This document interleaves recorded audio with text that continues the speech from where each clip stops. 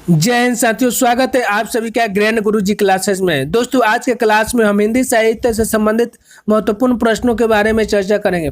ये सभी प्रश्न सिलेक्टेड हैं और बार बार एग्जाम में पूछे जाते हैं। तो दोस्तों, अगर आप किसी भी तरह की हिंदी प्रतियोगी परीक्षा की तैयारी कर रहे हैं तो ये वीडियो आप लोगों के लिए बहुत ही ज़्यादा यूजफुल रहेगी। तो दोस्तों, अगर आप चैनल पर पहली बार है तो सर्वप्रथम चैनल को सब्सक्राइब कर बेल आइकन को प्रेस कर लें ताकि आने वाली नई वीडियो का नोटिफिकेशन आपके पास सबसे पहले पहुंचे।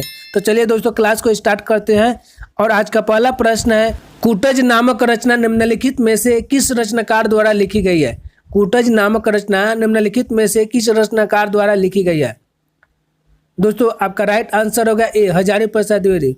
कूटज नामक रचना हजारी प्रसाद द्विवेदी द्वारा लिखी गई है। अगला प्रश्न है, तुलसीदास द्वारा रचित रामचरितमानस किस भाषा में लिखी गई है? आपको बताना है दोस्तों कि तुलसीदास द्वारा रचित रामचरितमानस किस भाषा में लिखी गई है। राइट आंसर होगा ए, अवधी।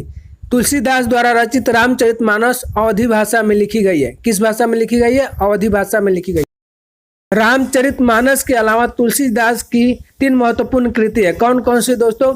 विनय पत्रिका, कवितावली और गीतावली। याद रखें, विनय पत्रिका, कवितावली और गीतावली इनकी श्रेष्ठ रचनाएं हैं। अगला प्रश्न है, निम्नलिखित में से किस कवि को हिंदी का आदि कवि माना जाता है? आपको बताना है कि निम्नलिखित में से किस कवि को हिंदी का आदि कवि माना जाता है।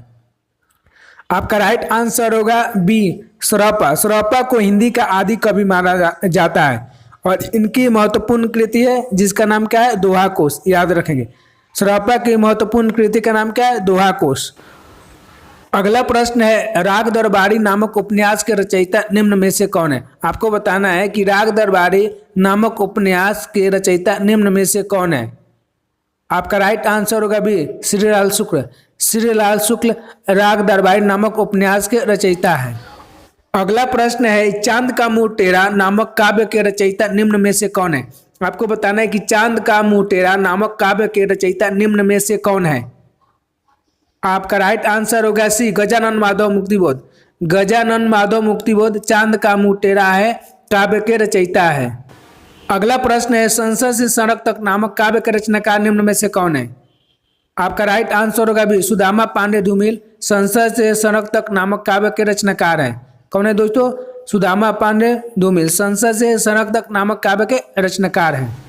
अगला प्रश्न है, ज्ञानपीठ पुरस्कार पाने वाले हिंदी के प्रथम साहित्यकार निम्न में से कौन थे? आपको बताना है कि ज्ञानपीठ पुरस्कार पाने वाले हिंदी के प्रथम साहित्यकार निम्न में से कौन थे। आपका राइट आंसर होगा ए, सुमित्रा नंदन पंत। सुमित्रा नंदन पंत को हिंदी साहित्य में सर्वप्रथम ज्ञानपीठ पुरस्कार मिला था। किस कृति के लिए मिला था दोस्तों? चिदम्बरा के लिए। कब मिला था? 1968 ईस्वी में। चिदम्बरा के लिए 1968 ईस्वी में सुमित्रा नंदन पंत को हिंदी में सर्वश्रेष्ठ ज्ञानपीठ पुरस्कार मिला था। अगला प्रश्न है, कलम का सिपाही निम्न में से किस विधा की रचना है? दोस्तों, आपको बताना है कि कलम का सिपाही निम्न में से किस विधा की रचना है। राइट आंसर होगा डी, जीवनी।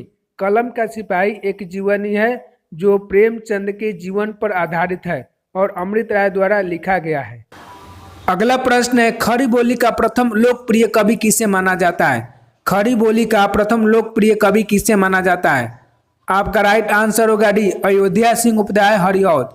अयोध्या सिंह उपाध्याय हरिऔध को खड़ी बोली का प्रथम लोकप्रिय कवि माना जाता है और इनकी कृति का नाम क्या है दोस्तों? प्रिय प्रवास। इनकी सर्वश्रेष्ठ कृति का नाम क्या है? प्रिय प्रवास, जो खड़ी बोली का प्रथम महाकाव्य भी माना जाता है। अगला प्रश्न है, किस रचनाकार को अपभ्रंश का वाल्मीकि कहा जाता है? आपको बताना है कि किस रचनाकार को अपभ्रंश का वाल्मीकि कहा जाता है। आपका राइट आंसर होगा डी, स्वयंभू। स्वयंभू को अपभ्रंश का वाल्मीकि कहा जाता है। अगला प्रश्न है, कठिन काव्य का प्रेत निम्नलिखित में से किस कवि को कहा जाता है? दोस्तों, आपका राइट आंसर होगा बी, केशव दास। केशव दास को कठिन काव्य का प्रेत कहा जाता है और इनकी महत्वपूर्ण कृति कौन कौन से दोस्तों? तो कवि प्रिया, रसिक प्रिया और रामचंद्रिका। याद रखें, कवि प्रिया, रसिक प्रिया और रामचंद्रिका इनकी महत्वपूर्ण कृति है। अगला प्रश्न है, हिंदी प्रदीप नामक पत्रिका का संपादक निम्न में से कौन था? आपका राइट आंसर होगा बी, बालकृष्ण भट्ट। बालकृष्ण भट्ट हिंदी प्रदीप नामक पत्रिका के संपादक थे। अगला प्रश्न है, हिंदी साहित्य के आधुनिक काल को अन्य किस नाम से जाना जाता है? आपको बताना है कि हिंदी साहित्य के आधुनिक काल को अन्य किस नाम से अभिहित किया जाता है? आपका राइट आंसर होगा सी, गद्य काल।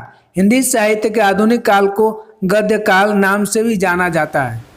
अगला प्रश्न है, कितने पाकिस्तान नामक उपन्यास के लेखक निम्न में से कौन है? आपको बताना है कि कितने पाकिस्तान नामक उपन्यास के लेखक निम्न में से कौन है? आपका राइट आंसर होगा बी, कमलेश्वर। कमलेश्वर कितने पाकिस्तान नामक उपन्यास के रचनाकार हैं। अगला प्रश्न है, निम्नलिखित में से किस लेखक को कथा सम्राट कहा जाता है? आपको बताना है कि इनमें से किस लेखक को कथा सम्राट कहा जाता है? आपका राइट आंसर होगा ए, प्रेमचंद। प्रेमचंद को कथा सम्राट कहा जाता है। अगला प्रश्न है, निम्नलिखित में से कौन सा कवि बाल चित्रण में श्रेष्ठ माना जाता है? आपको बताना है कि निम्नलिखित में से कौन सा कवि बाल चित्रण में श्रेष्ठ माना जाता है?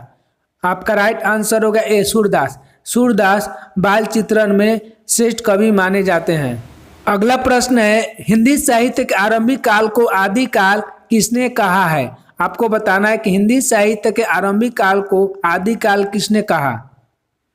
आपका राइट आंसर होगा सी, हजारी प्रसाद द्विवेदी।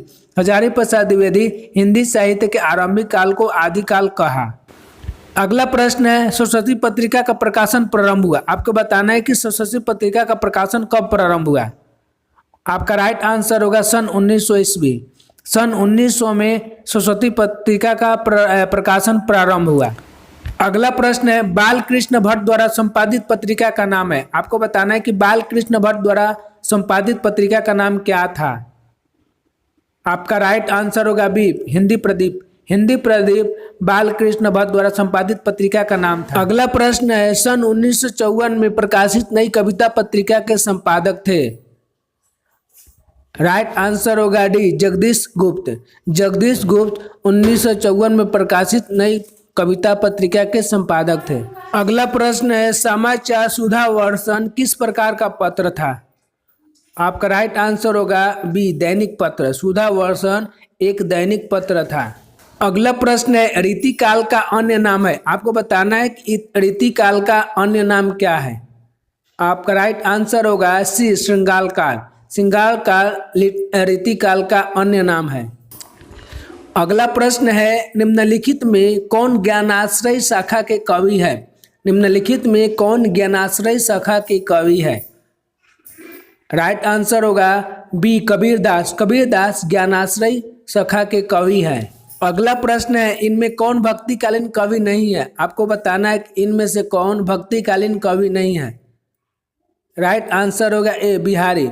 बिहारी भक्तिकालीन कवि नहीं है, बिहारी रीतिकालीन कवि है। अगला प्रश्न है, आधुनिक हिंदी गद्य का जन्मदाता किसे कहा जाता है? आपको बताना है दोस्तों कि आधुनिक हिंदी गद्य का जन्मदाता किसे कहा जाता है? राइट आंसर होगा बी, भारतेंदु हरिश्चंद्र। भारतेंदु हरिश्चंद्र को आधुनिक हिंदी गद्य का जन्मदाता कहा जाता है। अगला प्रश्न है, कवि वचन सुधा थी? आपको बताना है कि कवि वचन सुधा क्या थी? राइट आंसर होगा बी, एक पत्रिका। कवि वचन सुधा एक पत्रिका थी। अगला प्रश्न है, कबीरदास भक्ति काल की किस धारा के कवि थे? आपको बताना है कि कबीरदास भक्ति काल की किस धारा के कवि थे? राइट आंसर होगा ए, संत काव्य धारा। कबीरदास भक्ति काल के संत काव्य धारा के कवि थे। अगला प्रश्न है, भारत के प्रथम राष्ट्र कवि कौन है? आपको बताना है कि भारत का प्रथम राष्ट्र कवि कौन है? राइट आंसर होगा ए, मैथिली शरण गुप्त। मैथिली शरण गुप्त को भारत का प्रथम राष्ट्र कवि कहा जाता है।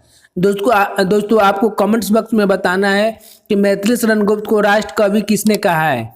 मैथिली शरण गुप्त को प्रथम राष्ट्र कवि किसने कहा है?